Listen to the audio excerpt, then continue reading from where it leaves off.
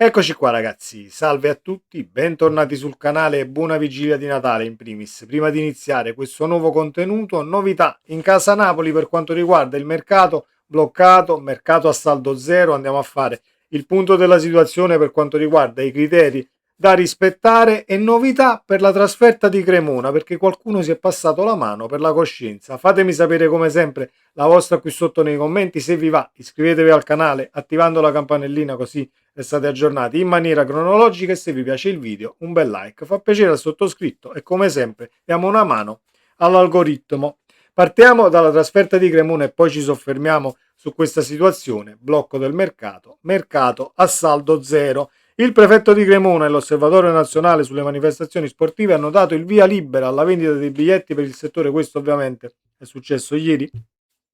per il settore ospiti dello Stadio Zini in vista della partita tra Cremonese e Napoli in programma domenica 28 dicembre. Una decisione arrivata dopo ore di incertezza, visto che inizialmente la vendita dettagliata era stata sospesa, un passaggio che spesso anticipa un divieto di trasferta. Questa volta però non è stato imposto alcun blocco ai residenti in Campania, resta soltanto la consueta limitazione legata al possesso della tessera del tifoso. Abbiamo saputo anche in settimana che ci sono state manifestazioni dei tifosi a Napoli e quindi qualcosa forse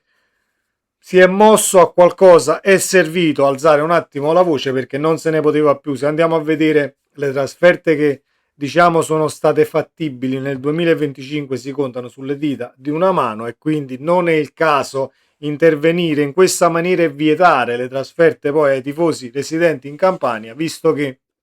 diciamo o risiedi in Campania o sei un napoletano da un'altra parte residente, resti comunque napoletano, non è che quelli residenti in Campania, come abbiamo sempre detto, sono più cattivi, tra virgolette, di altri che risiedono altrove, ma è una gestione che abbiamo sempre commentato e abbiamo ovviamente ci ridiamo un attimo sopra, ma diciamo che la situazione non è assolutamente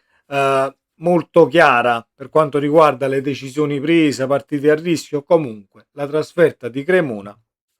è aperta ai tifosi del Napoli residenti in Campania e noi ne siamo contenti perché poi veniamo dalla Supercoppa vinta, andremo comunque a Cremona contro una cremonese che sta molto bene dal punto di vista fisico e sa perfettamente quello che deve fare, ma per quanto riguarda la partita poi ci arriviamo a ridosso del match con eventuali analisi tattiche. Il blocco del mercato, mercato a saldo zero, se ne stanno dicendo di tutti i colori e dobbiamo fare chiarezza.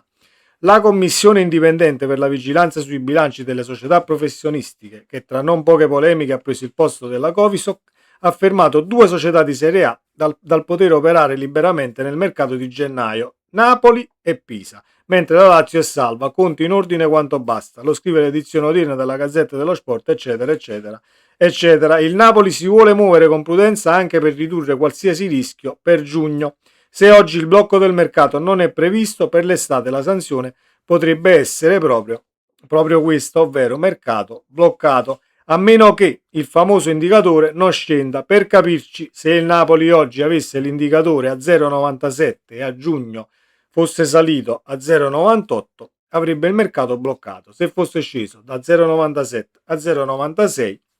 anche se il valore è superiore ovviamente a quello previsto che è di 0,8 e scenderà a 0,7 questo valore da giugno perché hanno cambiato questa regola, potrà operare a saldo zero.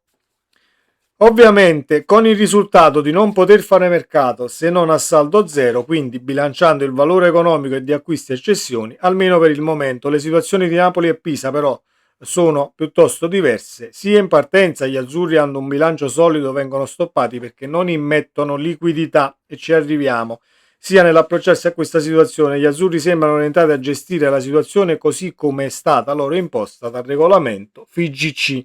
Per evitare questa situazione, come abbiamo appena letto, potresti immettere liquidità e io non sono assolutamente d'accordo nell'immettere liquidità per poi,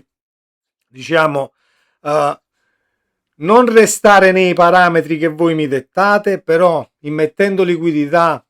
si chiudono gli occhi e si fa finta che poi non è successo niente. È così che poi le società, secondo me,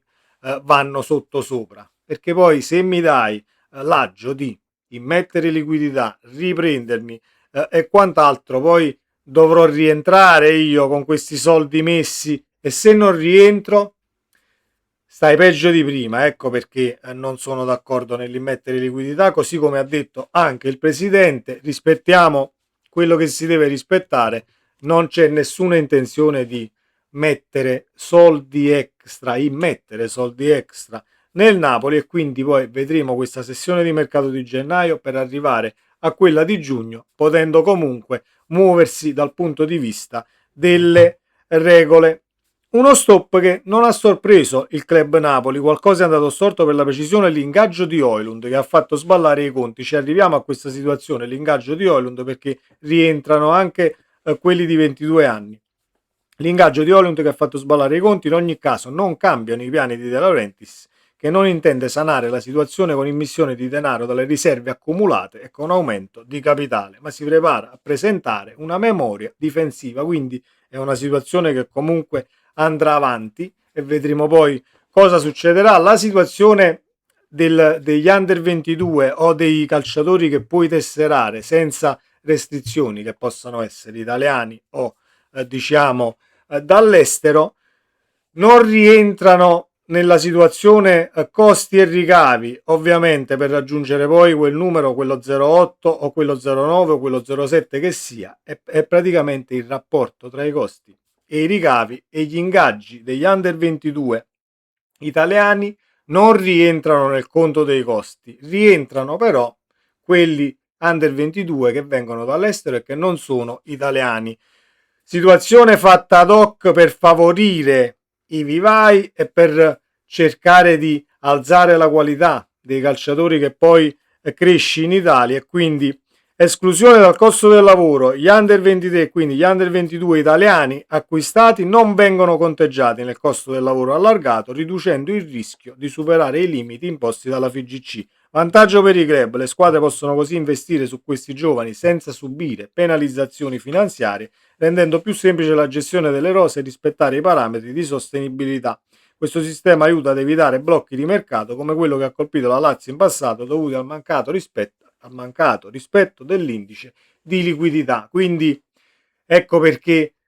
avrete letto la notizia, è Højlund che blocca il mercato, eccetera, eccetera. Così come Højlund potrebbe essere stato qualsiasi altro calciatore estero che non è italiano e ovviamente l'ingaggio va a pesare su questa situazione e devi comunque contarlo, però non è che la colpa è di Højlund come ho letto stamattina, notizie e pagine enormi di giornale che poi diciamo danno solo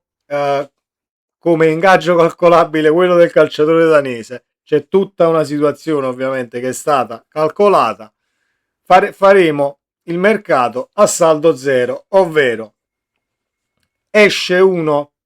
30 milioni, entra uno 30 milioni, esce uno che prende 6,5 e al limite ne entra uno a 6,5, devi fare le cose uguali. Le cifre che escono, quelle cifre possono, possono entrare o puoi spendere quelle cifre, nel caso cedi per le stesse cifre, quindi vendi a 20, compri a 20, ingaggi 2,5, ingaggi a 2,5, non è che puoi, vendere un calciatore a 20, dici ok, allora ho venduto, stanno entrando 20 milioni, ne spendi 30, oppure ingaggi un calciatore che vuole un contratto a 5,5, ne vendi uno che ha un contratto a 3,5, comunque non rientri perché ci sono 2 milioni di differenza che vanno a gravare poi su quell'indice tra costi e ricavi e quella percentuale che abbiamo analizzato poc'anzi. Rispettare lo 0,8 che sarà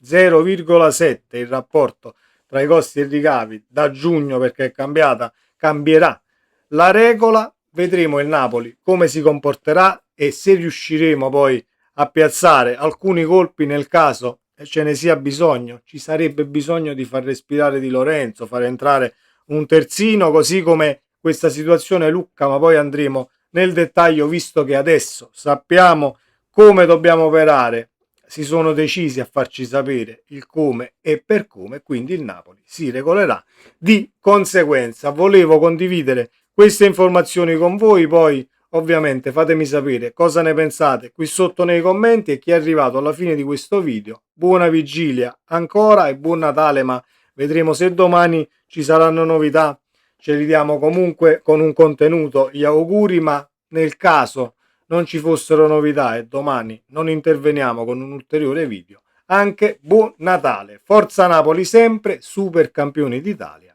Ciao.